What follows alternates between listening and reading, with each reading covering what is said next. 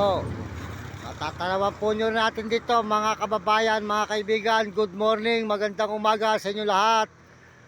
Tayo po ngayon ay nandito na sa may paket ng Baguio.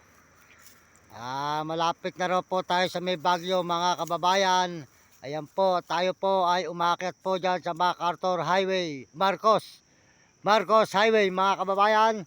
Tuloy-tuloy po tayo sa paglalakad, papunta po tayo sa may Baguio. Mga kaibigan, mga kababayan ko sa buong mundo at mga ibang bansa, maraming salamat po sa inyong suporta. Ayan. At unang-una po ay nagpapasalamat tayo sa Panginoon Diyos. Salamat po sa Panginoon Diyos. At tayo po ay nandito na sa may papunta po ng Baguio na. Ayan. Lapit na po tayo sa Benguet, Baguio. Mga kababayan, ayan po ang bundok na ating mga iniikutan na bundok. Puro bundok na po rito mga kababayan, mga kaibigan. Maraming salamat sa inyo lahat. At sa Panginoon Diyos, salamat po sa Panginoon. At tayo po ay tuloy-tuloy sa pag-upload dito po sa may Baguio, papunta ng Baguio. At bababa po tayo sa Ulo ng Leon. Doon po tayo bababa pa uwi mga kababayan.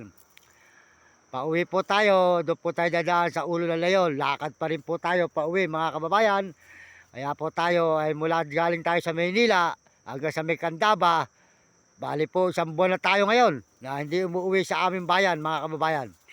Nung tayo po ay pumunta sa Maynila, nung po tayo ay tumambay sa may Candaba ng 2 araw. Kaya po tayo 3 araw po pala. Kaya po tayo tuloy-tuloy naman pumunta rito sa may Baguio. Ayan mga kababayan. Makikita po nyo ang rugal po ng mga bundok dito. Nakikita ko sa inyo ang rugal po ng straight. Ang mga straight po, ang mga straight ng mga rugal ng mga bundok. Dito po sa may La Union, paakyat po ng Baguio. Ayan, La Union pa rin po ito. Wala pa po tayo sa may Benguet, mga kababayan.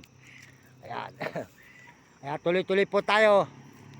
Paakyat po tayo ng Baguio, mga kababayan. Ayan. Dire-diretso po tayo ngayon.